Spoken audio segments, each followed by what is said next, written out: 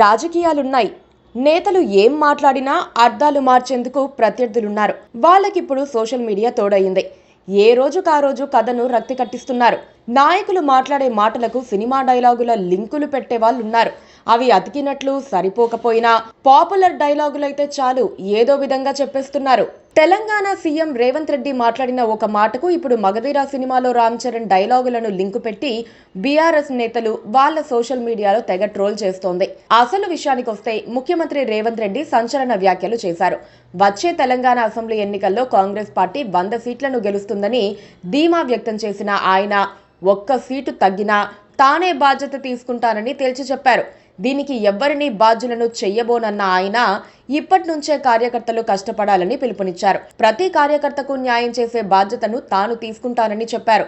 శుక్రవారం సాయంత్రం ఎల్బీ స్టేడియంలో కాంగ్రెస్ పార్టీ ఆధ్వర్యంలో సామాజిక న్యాయ బేరీ సదస్సు నిర్వహించారు. ఈ సందర్భంగా రేవంత్ కీలక వ్యాఖ్యలు చేశారు. రాష్ట్రంలో కాంగ్రెస్ పార్టీ ప్రభుత్వం ఏర్పడడాన్ని కొందరు జీర్ణించుకోలేకపోయారని, 3 నెలల్లోనే ఈ ప్రభుత్వం కుప్పకూలుతుందని వ్యాఖ్యలు చేశారని, కానీ అలాంటి వారికి తగిన విధంగా బుద్ధి చెప్పామని రేవంత్ రెడ్డి వ్యాఖ్యానించారు. కల్వకుంట్ల గడీల పాలనను బద్దలు కొట్టుకుని కాంగ్రెస్ ప్రభుత్వం ప్రజా విజయాన్ని దక్కించుకుందన్నారు. కాంగ్రెస్ నాయకులంటే ఐక్యత ఉండదన్న అపప్రదను పోగొట్టామని చెప్పారు. ఐక్యంగా ముందుకు సాగుతూ ప్రభుత్వాన్ని నడిపిస్తున్నామని చెప్పారు. వచ్చే అసెంబ్లీ, పార్లమెంటు ఎన్నికల సమయానికి సీట్లు పెరుగుతున్నాయని తెలిపారు. అప్పుడు కష్టపడిన కార్యకర్తలకు తప్పకుండా న్యాయం చేస్తామని రేవంత్ రెడ్డి చెప్పారు. తమ ప్రభుత్వం ఏర్పడిన తర్వాత తెలంగాణ ఆశలు, ఆశయాలను నెరవేర్చే దిశగా అడుగులు వేస్తున్నామన్నారు. 100 ఫిగర్ తెలంగాణ రాజకీయాల్లో ఇప్పుడు తెగ ట్రోల్ అవుతోంది. వచ్చే ఎన్నికల్లో నియోజకవర్గాల పునర్విభజన జరగకపోతే 119 స్థానాలే ఉంటాయి. అందులో ఎంఐఎం ఎంత లేదన్నా 7 స్థానాల్లో గెలుస్తుంది. అంటే మిగిలిన 112 నియోజకవర్గాల్లో కాంగ్రెస్ పార్టీకి 100 సీట్లు వస్తే 12 స్థానాలను బీజేపీ, బీఆర్ఎస్ పంచుకోవాల్సి ఉంటుంది. 2 బలమైన పార్టీలుగా భావించే బీఆర్ఎస్, బీజేపీలు అంత దీనస్థితికి దిగజారుతాయా? రేవంత్ రెడ్డి అంత పాపులర్ అవుతారా అన్న ప్రశ్న ఇప్పుడు తలెత్తుతోంది. ఇప్పటికే రేవంత్ రెడ్డి ప్రభుత్వంపై వ్యతిరేకత పెరిగిపోతూ ఉంటే 100 కొట్టడమేంటన్న ప్రశ్నలు వినిపిస్తున్నాయి.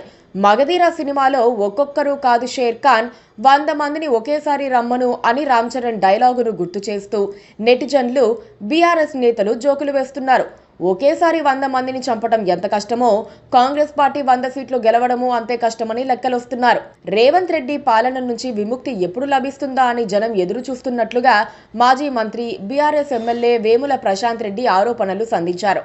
రేవంత్ రెడ్డి మాటలకు కాంగ్రెస్ జాతీయ అధ్యక్షుడు మల్లికార్జున్ ఖర్గే తెగ మురిసిపోతున్నారని, కాకపోతే తెలంగాణలో ఆ పార్టీకి అంత సీన్ లేదని ప్రశాంత్ రెడ్డి అంటున్నారు. కాంగ్రెస్ నేతలు క్షేత్రస్థాయిలో పర్యటిస్తే ప్రజా వ్యతిరేకత అర్థమవుతుందని ఆయన చెబుతున్నారు. మరి ప్రశాంత్ రెడ్డి చెప్పిన మగధీర కథలో నిజానిజాలను అర్థం చేసుకునేందుకు రేవంత్ రెడ్డి, ఆయన రాజకీయ పరివారం గ్రామాల్లో తిరుగుతుందో లేదో చూడాలి.